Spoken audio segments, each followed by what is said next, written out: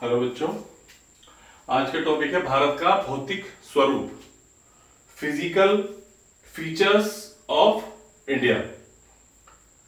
भारत का जो भौतिक स्वरूप है वो विभिन्न प्रकार की भू आकृतियों से बना हुआ है।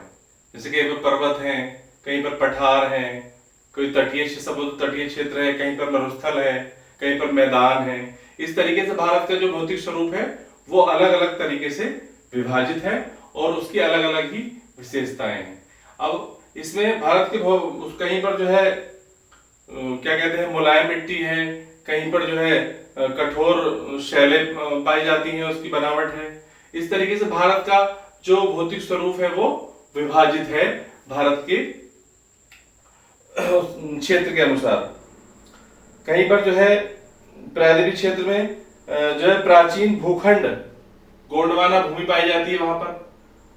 तो अब इसे जो है हमने क्या किया है, भारत के भौतिक स्वरूप को डिवाइड कर दिया है। जैसे सबसे पहले क्या आता है, हिमालय पर्वत श्रृंखला, उसके बाद आता है उत्तरी मैदान, उसके बाद आता है प्रायद्वीपीय पठार, उसके बाद आता है भारतीय मरुस्थल, उसके बाद आता है तटीय मैदान और उसके बाद आता है द्वीप समूह। तो ये जो है भारत का भौतिक स्वरूप अलग अलग क्षेत्र में विभाजित है। अब इसी में से जो पहला टॉपिक लिया है हमने वो है हिमालय पर्वत श्रृंखला। जो हिमालय की पर्वत श्रृंखला है, जो सबसे पहला भौतिक स्वरूप है उसका, ये जो है ये भारत के नक्शे में जो ऊपर वाला हिस्सा है, ये वाला पश्चिम से पूर्व तक, जहां पर ये जो है पश्चिम से पूर्व तक जो है ये क्या कहलाता है, पूरा हिमालय पर्वतीय क्षेत्र कहलाता है। लगभग इसकी जो लंबाई है वो है 2400 किलोमीटर, यहां से लेकर और अरुणाचल प्रदेश तक, कश्मीर से लेकर अरुणाचल प्रदेश तक जो हिमालय पर्वतीय क्षेत्र की जो लंबाई है वो है 2400 किलोमीटर। अब इसकी जो मोटाई है वो जब हम पश्चिम से पूर्व की तरफ चलेंगे तो वो जो है कम होती चली जाती है, लेकिन पश्चिम से पूर्व जो है ये जो है यहाँ को जो है पतला होता चला जाता है। इसकी औसत जो मोटाई है लगभग 400 किलोमीटर के आसपास मानी जाती है। वलित पर्वत इसे कहा जाता है। हिमालय पर्वत को क्या कहा जाता है, वलित पर्वत कहा जाता है।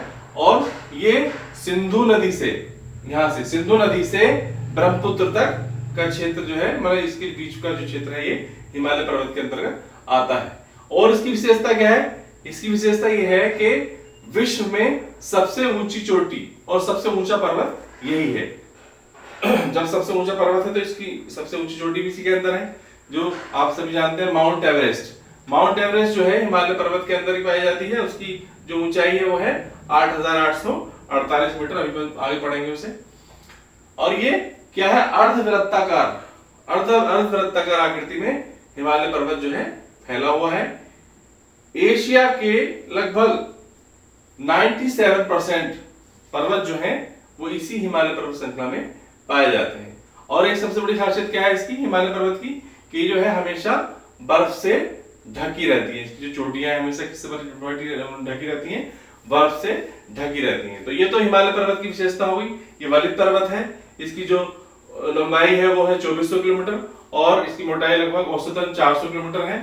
और ये पूर्व से पश्चिम तक अर्धवृत्ताकार आकृति में फैला हुआ है तथा ये सिंधु से ब्रह्मपुत्र के बीच में पाया जाता है और दुनिया के सबसे ऊंचे पर्वतों में से सबसे प्रमुख है। अब इसे जो है हिमालय पर्वत श्रृंखला को कई भागों में डिवाइड किया गया है। सबसे है पहला है महान हिमालय या वृहद हिमालय। अब इसकी जो औसत ऊंचाई है, इसकी औसत ऊंचाई है लगभग 6000 मीटर। इसी के अंतर्गत जो है क्या पाई जाती है, माउंट एवरेस्ट पाई जाती है जो नेपाल में है और उसकी ऊंचाई 8848 मीटर है। अब ये बना हुआ है ग्रेनाइट क्रोड का। कौन सी चट्टान का बना हुआ है, ग्रेनाइट क्रोड का बना हुआ है। हमेशा बर्फ से, ये जो महान हिमालय है, ये वाला सबसे ऊपर का हिस्सा जो है इसका, ये जो है हमेशा किससे ढका रहता है, बर्फ से ढका रहता है। और इसमें क्या क्या पाया जाता है, इसमें जो है बड़े बड़े ग्लेशियर पाए जाते हैं। गंगोत्री भी इसी में पाई जाती है, यमुनोत्री भी इसी में पाई जाती है, पिंडारी भी इसी में पाया जाता है। जहां से गंगा निकलती है, गंगा जी निकलती है, वो गंगोत्री ग्लेशियर इसी में महान हिमालय में पाया जाता है। और पिंडारी ग्लेशियर भी इसी में पाया जाता है, जहां से बड़ी बड़ी हिमाद्रियां निकलती हैं। इसमें जो है कई सारे दर्रे पाए जाते हैं।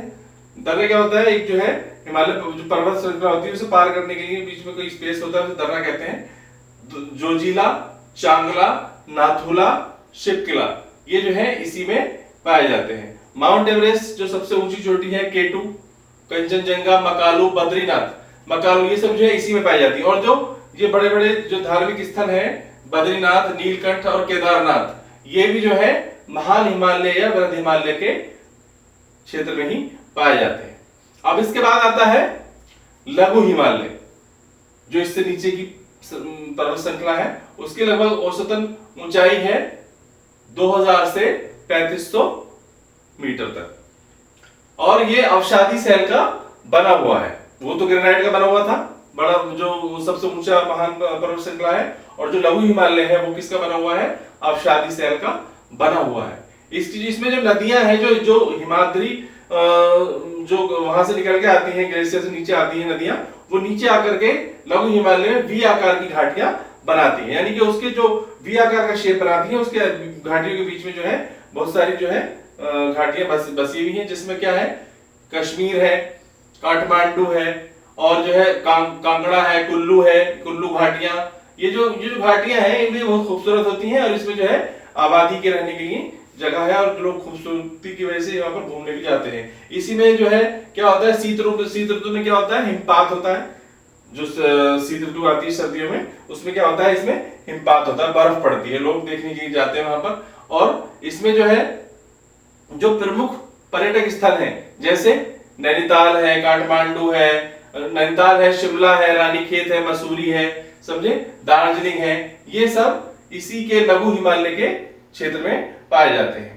कोणधारी रण भी इसी में पाए जाते हैं, और इसमें जो है बड़े बड़े घास के मैदान पाए जाते हैं। जैसे कश्मीर में उस घास के मैदान को क्या कहते हैं, मर्ग कहते हैं। अलग अलग क्षेत्र में जो घास के मैदान होते हैं उन्हें जो है अलग अलग नामों से जाना जाता है। जैसे कश्मीर में क्या किस नाम से जानते हैं, मर्ग के नाम से जानते हैं, और यूके में, उत्तराखंड में बोग्याल या पयार के नाम से जाना जाता है, जो घास के मैदान है। उसके बाद नीचे आता है उप हिमालय या शिवालिक या ब्रहा हिमालय कहा जाता है, जो थर्ड नंबर पे आता है। ये जो है नवनिर्मित पर्वत है, ये जो है अभी जो है धीरे धीरे अभी जो है इसमें जो है और भी सुधार हो रहा है, मतलब और जो है जो अपना ऊंचाई जो है इसकी बढ़ रही है। नवनिर्मित हिमालय है, मतलब ये दोनों पुराने हैं, इससे थोड़ा सा नया भाग है। इसकी जो ऊंचाई है वो है 900 से 1100 मीटर के आसपास इसकी ऊंचाई पाई जाती है, और ये समतल, इसमें समतल चोटियां पाई जाती हैं। इसकी जो चोटियां होती हैं, जो एक बड़ा सा एरिया होता है वो समतल होता है। अब इसमें बहुत सारे क्षेत्र हैं जो जहां पर जो बहुत से नगर वो बस गए हैं, देहरादून है, पूर्वादून है, हरिद्वार है, कोटद्वार है, ये सब शिवालिक के अंदर ही पाए जाते हैं। उसके बाद आता है ट्रांस या तिब्बत हिमालय। ट्रांस और ये तिब्बत हिमालय जो है, ये जो महान हिमालय है, इसके उत्तर में पाया जाता है। ये जो है उत्तर में पाया जाता है, इसकी ऊंचाई है 3100 से 3700 मीटर इसकी ऊंचाई है, और चौड़ाई लगभग औसतन इसकी 225 किलोमीटर के आसपास है। अब इसमें कौन कौन से क्षेत्र पाए जाते हैं, इसमें पाया जाता है लद्दाख, जास्कर, कैलाश पर्वत, काराकोरम, पटकाई। ये जो पटकाई और वगैरह जो है पूर्वांचल में जो है वहां पर पर्वत श्रृंखला है, पटकाई, नागा, मिजो, मणिपुर, जो ये वाला एरिया है, ये वाला इधर वाला क्षेत्र जो है हिमालय का पूर्व वाला, पूर्वांचल वाला, वहां पर ही पाई जाती है पटकाई, और जो है नागा, मिजोरम और मणिपुर। ये क्या है, हमारी जो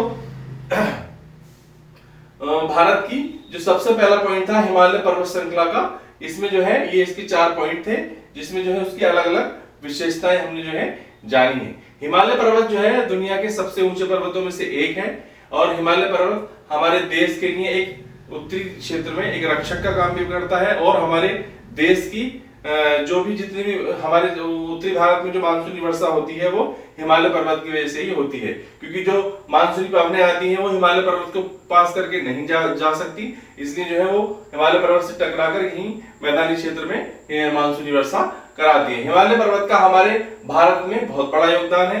ये जो है हमारे भारत के लिए बहुत ही इकोनॉमी की तरीके से भी बहुत ज्यादा सहयोग प्रदान करता है। इसमें बहुत बड़े बड़े वन हैं, बहुत सारे पर्यटक क्षेत्र हैं, बहुत सारी नदियां हैं, उन पर बहुत बड़े बड़े डैम बनाए गए हैं जिससे जो है बिजली मिलती है हमारे भारत को। हमारे जो हिमालय पर्वत है हमारे देश का एक अभिन्न अंग है और ये हमारे देश के क्या कहते हैं डेवलपमेंट में पूरा सहयोग प्रदान करता है। लेकिन आजकल क्या हो रहा है कि लोग जो घूमने के लिए जाते हैं और जो है पर्वत क्षेत्र को भी गंदा करने का पूरा प्रयास करते हैं। जो भी अपने साथ लेके जाते हैं प्लास्टिक की बोतलें, प्लास्टिक का सामान, वो सब कहाँ फेंक आते हैं, वो जो है सारा पर्वतीय क्षेत्र पर डाल आते हैं और जिससे वहां पर प्रदूषण होता है। अभी पीछे जो यहाँ पर केदारनाथ में जो वो आई थी, क्या कहते हैं, एक बहुत बड़ी बाढ़ आई थी, उसमें बहुत सारा ऐसा ही कचरा दिखाई दिया था। और भी जाकर आप घूमने जाएंगे तो वहां पर आपको दिखाई देगा। इसलिए हमें क्या करना चाहिए, अगर हम घूमने के लिए जाते हैं तो पर्वतीय क्षेत्र पर हमें ऐसा कोई भी चीज वहां पर नहीं छोड़ के आनी चाहिए जो हमारे पर्वतों को, इन्हें जो है हमारी हिमालय पर्वत श्रृंखला को नुकसान कर जाए, उस क्षेत्र के लिए प्रदूषण करे, उनमें प्रदूषण करे और जो है उस देश को, उस क्षेत्र को हानि पहुंचाए। अगला टॉपिक हमारा जो हम पढ़ेंगे उसमें पढ़ेंगे उत्तरी मैदान। ये हमारा था हिमालय पर्वत श्रृंखला। धन्यवाद।